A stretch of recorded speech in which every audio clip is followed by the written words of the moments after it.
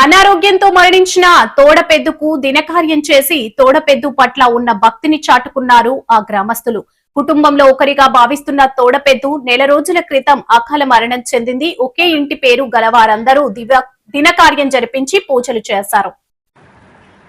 విశాఖ జిల్లా పెదగంట్యాడ సమీపం మొల్లివానిపాలెం గ్రామంలో పూర్వీకుల నుండి వచ్చిన ఆచారాన్ని పాటించారు. గ్రామంలో యాదవ సామాజిక వర్గానికి చెందిన కుటుంబాలు తోడపెద్దును తమతో పాటు ఒక మనిషిగా భావిస్తూ పూజిస్తుంటారు.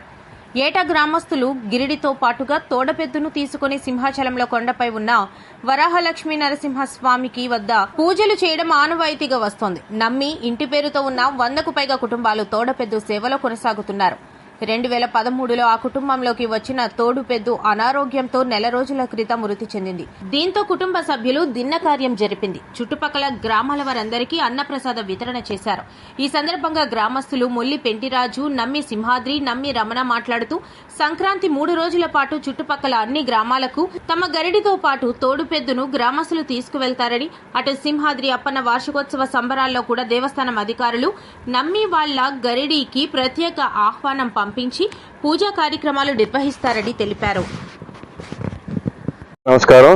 ఈరోజు గాజువాక నియోజకవర్గం పెదగంట్యాడ మొల్లివానిపాలెం గ్రామంలో ఎన్నో ఏళ్లుగా పూజలు చేస్తున్న తాడుపెద్దు ఈ నెల 4వ తారీఖున మరణించడం జరిగింది.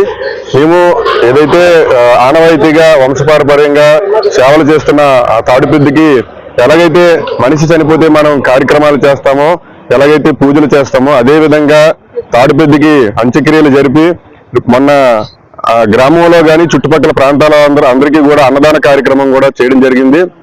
ముఖ్యంగా ఎన్నో ఏళ్ళు వంశపారపర్యంగా దానికి సేవలు చేస్తున్న మా గ్రామ పెద్దలు గాని, మా కులదైవం సింహాద్రప్పన్న సాక్షిగా దాన్ని సంరక్షించాము. కానీ కొంత అనారోగ్య కారణాల వల్ల అది మరణించడం జరిగింది. కాకపోతే రానున్న రోజుల్లో ఇది నగర పరిధి పెరగడం, ఇక్కడ స్థలాభావం లేకపోవడం వల్ల వీటిని పెంచడానికి మాకు చాలా ఇబ్బందిగా ఉందని పెద్దలు గాని, ఎవరైతే సంరక్షణలు కూడా చెప్తున్నారు. మేము గత ఎన్నికల్లో పల్లా శ్రీనివాసరావు స్థానిక శాసనసభ్యుల గారిని కూడా అడగడం జరిగింది. వారు మాకు దీనికి సంరక్షణకి ఒక 1000 గజాలు స్థలాన్ని మీకు దగ్గరగా ఉన్న ప్రాంతంలోనే కేటాయిస్తారని చెప్పడం జరిగింది. తప్పకుండా అతను హామీ నెరవేరుస్తారని, అలాగే ముఖ్యంగా మేము ప్రభుత్వానికి ఏం చెప్తున్నామంటే గో సంరక్షణ చట్టం కింద ఈరోజు ప్రాంతం అంతా ఒకప్పుడు పంట ప్రాంతం, పల్లెటూరు ప్రాంతం, కానీ స్టీల్ ప్లాంట్ రావడం వల్ల నిర్వాసిత ప్రాంతం అంతా ఆరుచుకోవాలని అంటే ఇక్కడ ఇవ్వడం జరిగింది. ఒకప్పుడు మాకు అంతా పొలాలు ఉండేవి, వాటిని పెంచడానికి ఎటువంటి ఇబ్బంది ఉండేది కాదు. కానీ పట్టణ ప్రాంతం పెరగడం వల్ల జీవీఎంసీ అధికారులు చాలా ఇబ్బందులు పెట్టడం, రోడ్ల మీద వాటిని పెంచితే వాటిని చర్యలు తీసుకువెళ్లి అడవివరం దగ్గర పెట్టడం జరుగుతుంది. మేము ప్రభుత్వాన్ని గాని ఎంఆర్ఓ గారిని కోరడం జరుగుతుంది.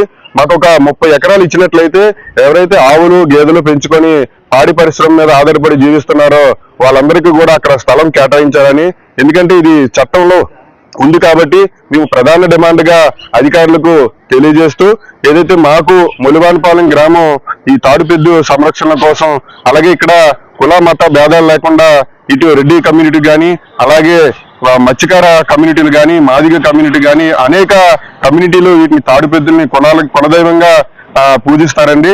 అలాగే ప్రతి ఏడాది సింహాద్రప్పన్న నిజరూప దర్శనానికి గాని, గిరి ప్రదక్షిణకు గాని, అలాగే కళ్యాణోత్సవం గాని మాకు ప్రత్యేక ఆహ్వానం కూడా గుడి కమిటీ వారు, ఆలయ కమిటీ వారు మాకు అందజేస్తారు.